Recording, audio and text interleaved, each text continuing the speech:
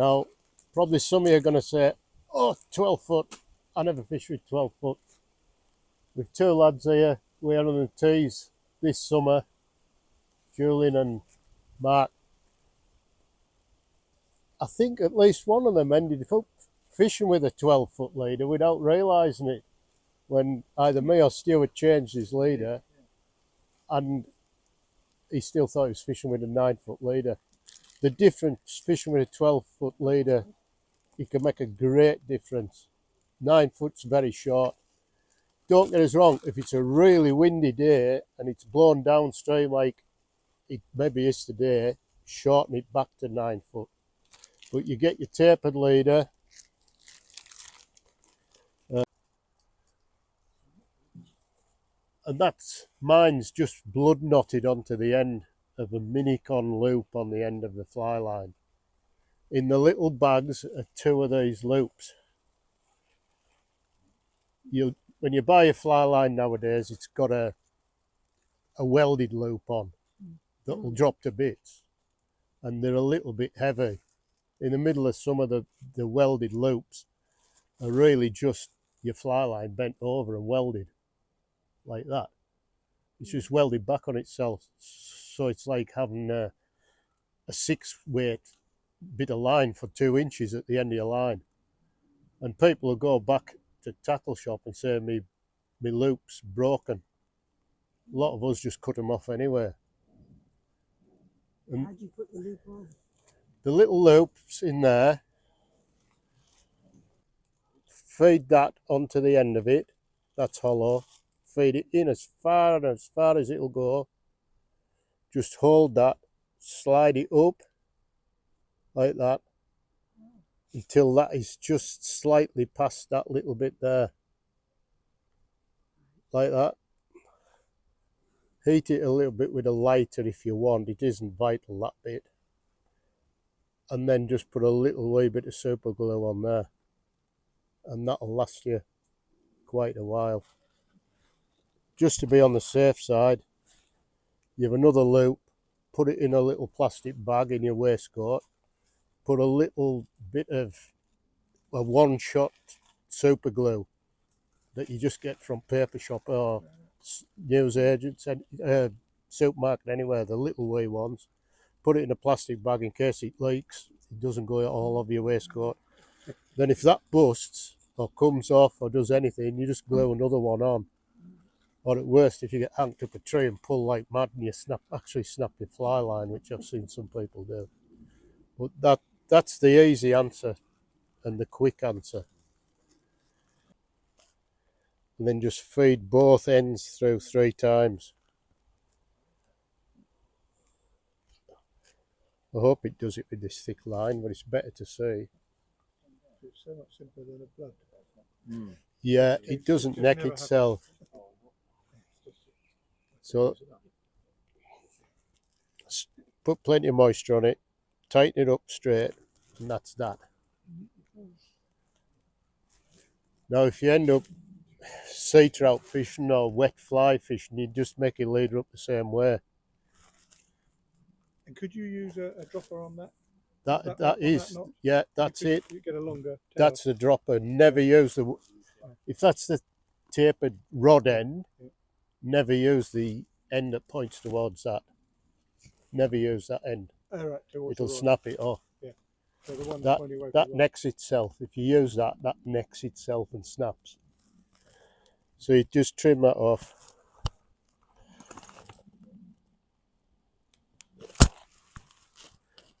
And like we fish at home up in Cumbria, we fish 3 wet flies at times. If you're fishing reservoirs, fishing 3 or 4 wet flies, that's how you make your leader up.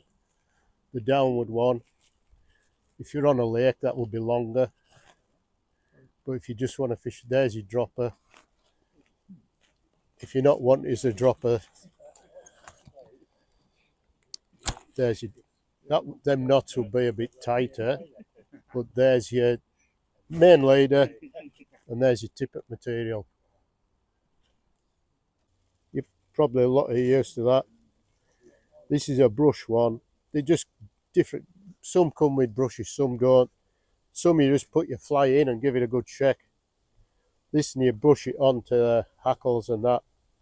Leave it a minute or so, and it'll have got it shot and it'll be back floating. Some flies, it's nearly imperative to get them back floating. Sedges, sometimes mayflies and spring olives, when you get a really windy day, them fish will lock onto them, blowing on the wind on the top, and if they're not right on the top and they're digging in, they won't take them. It's just difference of times. Other times you don't want to clink right on the top. If it's an emerger, you don't want it right on the top, but there is days when you want it right back on the top. Last thing at night, caddis flies, you want them right on the surface, nearly skimming on the top, because they'll come whizzing across the river, the caddises and that. But that stuff gets you going back with that again. There's a 9, I've got a 9.9 in there. It's a trade-off between getting over the undergrowth, isn't it? On here, it is a trade-off between getting over the undergrowth and hitting the trees above you and hitting the trees at the other side. I don't think there is 100% answer. Everybody will think they've decided another way. But the advantage of a longer rod, nails being 9-inch longer than this, is you can hold more line off the water. And the more fly line you can keep off the water, in just about any sort of trout fishing, the more fly line you can hold off the water while your fly's fishing, the more fish you'll get, the more chances you'll get. Because that will drag about 10 times more than that. That fly line will drag way more than anything, and then it's a chain reaction, a pulley. It's a pulley wheel in it that starts to drag, and that drags your cast round, which drags your fly. So the less drag you can get, especially dry fly fishing, but just the same nymphing, 100% same nymphing, the less drag you can get, the more fish you'll catch. And you've either got to build slack into your cast, which are 12-foot leader, or an even longer leader on the bigger rivers, like we fished on the Tees and that, on the big wide pools, Julian, this summer. The more slack you can build into it, the better. On here, you are a bit limited because you haven't got the space behind, you haven't got the space in front, so you can't go up to really 20-foot leaders, stuff like that. You'd be up bushes, up trees, up bulrushes. So it is a trade-off, but I think you've all maybe got to decide what the right length is for you. 9 foot seems like a good thing to cover most bases, but everybody has their own views, and some, I would use a 9'9" quite a lot, but then you hit the tree with rod end every now and again. So with an 8 foot, you won't hit as many trees, but you can't keep as much line off the water. You know, little streams, some people like a 6 foot, but there again, you can't keep a lot of line off the water, and you have a job getting the height behind you to get over the undergrowth behind you sometimes. So for every answer you get, you do create another problem. Maybe not as big a problem, but if you think you're solving it. But I would say on a chalk stream like this, there isn't a be-all and end-all answer. Oh no, we'll say there's a fish under that bush somewhere.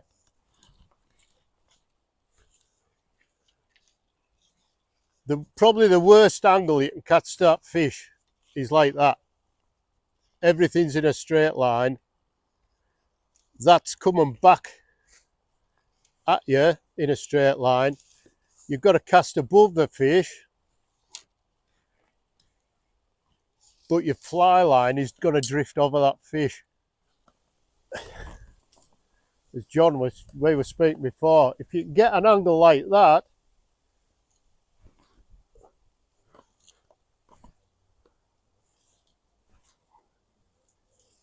it's not easy because you've got trees behind. But if you can get a cast in, you've probably got to get a bit shorter to it. But you get better presentation like that. And that fly is drifting this angle where your line's drifting in that lane. So the first thing now that fish sees, while it not be just your fly, at least it's just your leader drifting over it. And the thing with that tippet is, instead of it all turning over just on the end of a tapered cast, you've got that tippet that is very limp. And the thing with the tippet is, you really don't want it a lot of the time to curl out straight. You want it to collapse. In fact, the Spanish lads, who are absolutely red hot dry fly fishermen, make their tippet very, very soft. So it just collapses in a heap, a total heap. And then you get a long drift. So if you can get a better angle, always, if you can get a better angle on your fish that isn't, sometimes it's unavoidable. You've got trees behind, and this probably isn't much wider than the river, isn't it? You know, the river's about this width. Sometimes you can't avoid casts like this. Probably the best way you can approach that fish, if you've got a bit of height between you and where the fish is lying, you've got them weed beds between, you know, you're up on the tail of a little pool or something like that, is to try and get a bit closer. If you can get 3 or 4 steps closer, it's a massive difference. If it's like that, that fish is under there, you're away back here, you're trying to cast 10, 15 yards, you've got all the weed beds, you've got the shallow, faster water. What it does, it just drags it like that. So if you can sneak away up and sneak away up, you can do that. And what you do, you finish your cast higher in the air, like that. Finish your cast higher. Let that slack water, that slack line will drag that back to you. But it'll move quite a long way before it moves the fly. And all you want to do, the fly is just gonna not land on a tight line.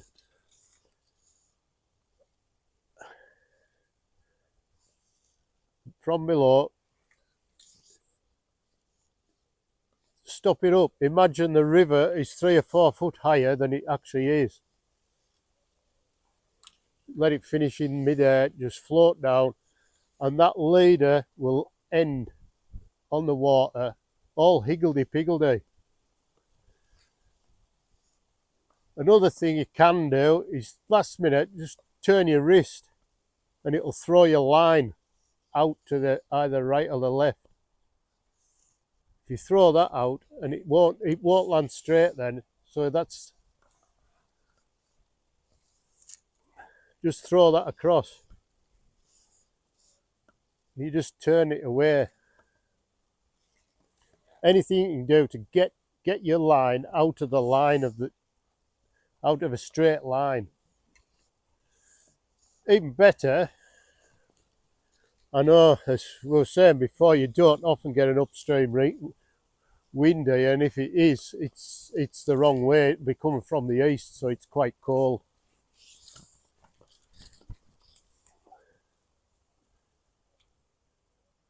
Cheers. If you can get that close, you can make your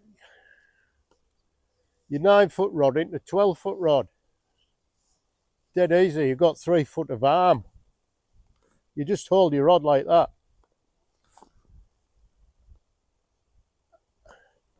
And with practice, there's a lot of places you'll be able to sneak that close to a fish. And with the tension on the water, you haven't got it on the grass. There you are. You just hold it up like that. And especially if any of you guys do nymph, that works great nymphing.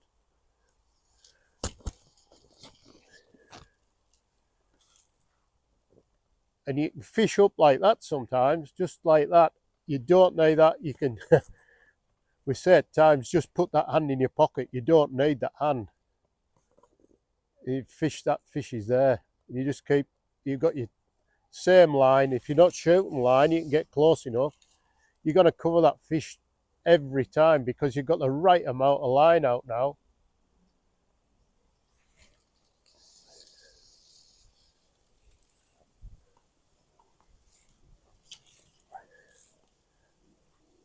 So that is the secret, is somehow you don't want that coming back to you on a tight line like that. And when you're 9 foot, short foot casts, that is what's going to happen right away. As you get more confident, just extend your tippet from 3 to maybe 4 foot. And if you've got picky fish, even add another length in. Makes it a bit longer, spooky fish, little flies, and that works great. And don't worry about that straightening out. You just want it to land in a heap. Got one. Didn't put up much of a fight.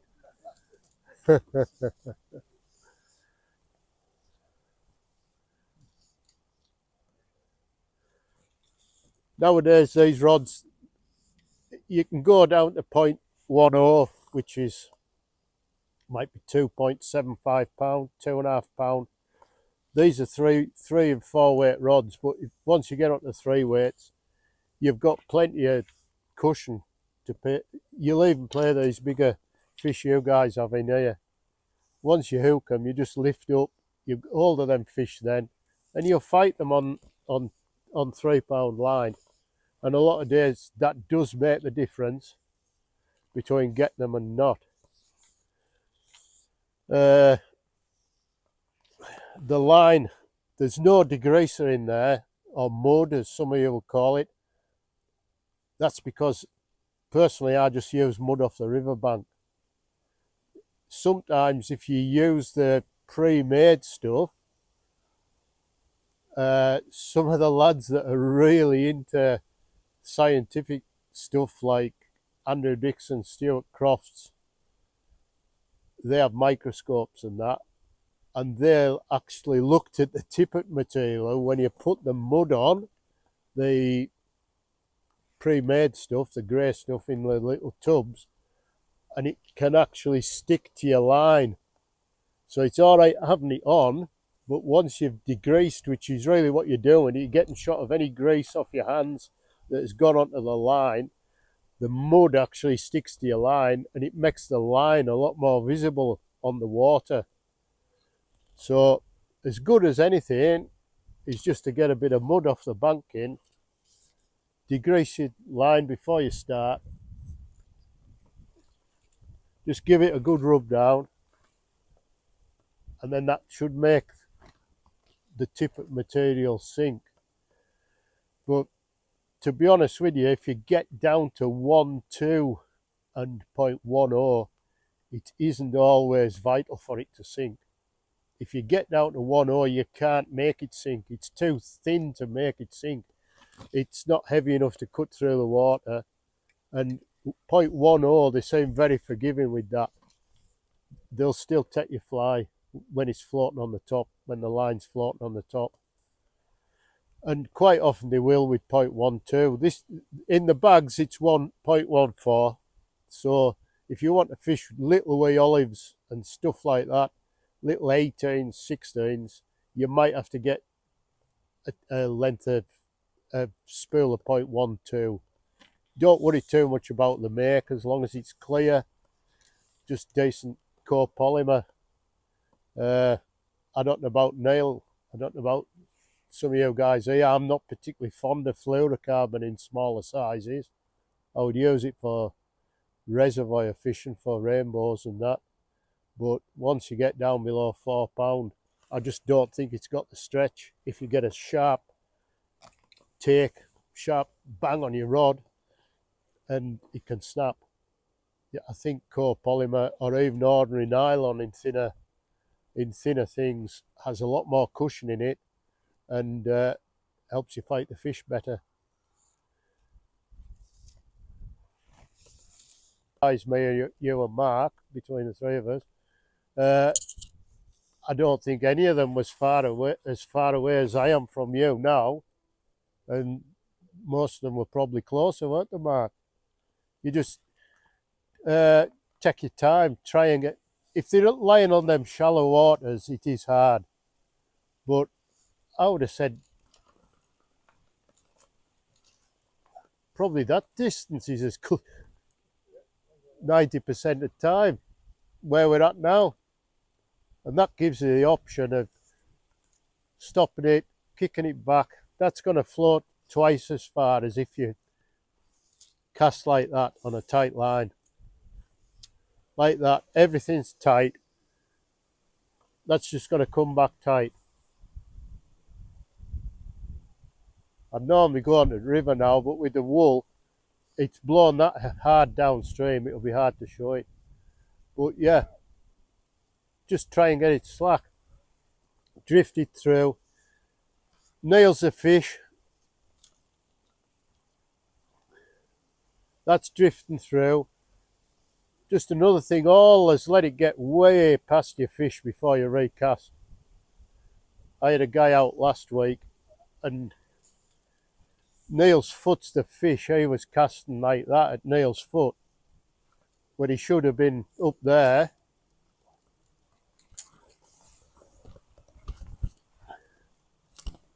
He should have been above him. He was casting his foot like that. He should have been casting up there.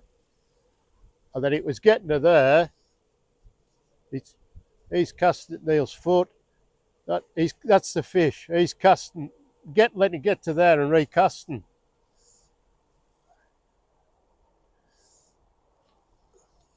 That current's fetching that. He should have been letting it get way down here before he's having another cast.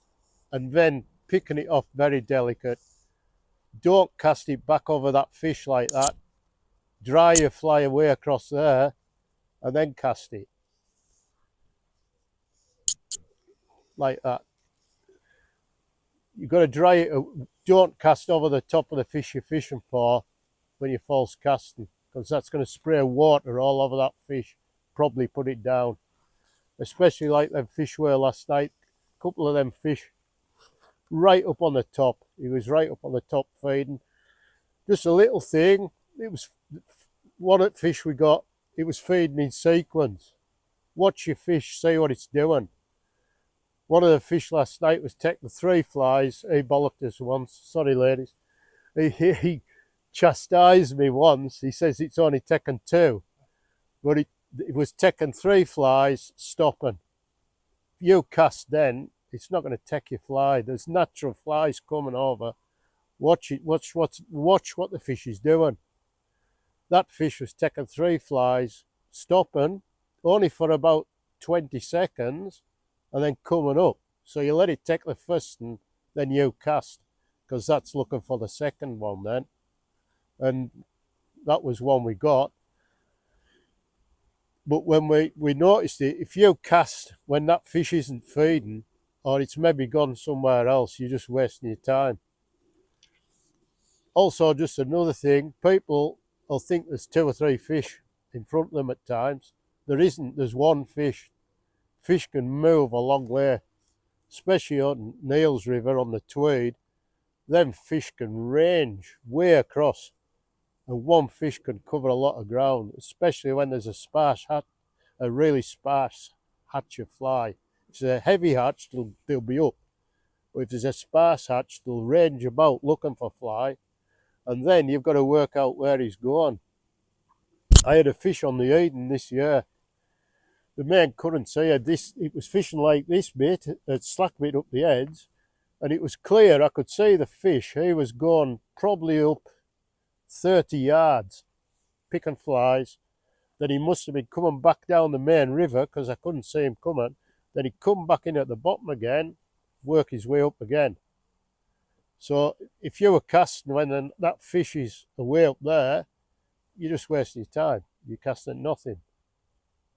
Maybe not so much on here, but they will work a pool here if there's a sparse hatch. So just watch what they're doing. At times they'll be going about. And right, seconding. What we got? Nail the fish, but you're downstream now. Okay. You can be straight upstream then, but the fish might see you, but yeah. Stand at the other side, Neil. And then I'm this side of the river just so I don't hit the trees. Right, Neil's the fish. You've got a lot of line, enough line to get it past Neil. So you cast and kick back like that, just as it's going to land. That flies in the same lane, the current lane, as Neil is.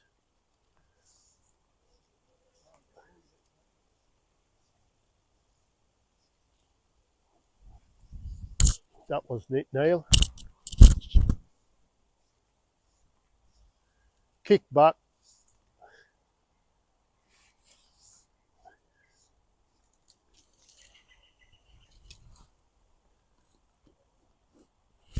I'm going to have to do it straight. I was trying to get a bit of an angle on you. Kick it back like that. And then as it's going, just shake your rod end. Yeah, go on. Current's taking it. Just go like that.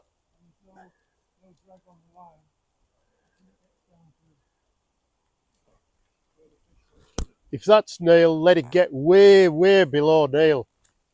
Lift your rod a lot across like that. Pull it up, all the way back up. And it maybe hasn't taken. And just do that again. And then wiggle that again. Just wiggle it. Do anything. Just pull it out, slide it through your long rod rings. Just let it go at the same thing as the current. And that's probably the best presentation you're ever going to get. Because all that fish can see, all Neil can see is that green wool. The leader, the fly line, everything's above him. But again, you're better if you can get a slight angle on it, like that, across there. It's drifting down a different lane to you, but you've got to hold your rod across a little bit, like that. And then keep your rod out and just feed it down. Feed it down. And then big wild fish, they love that presentation.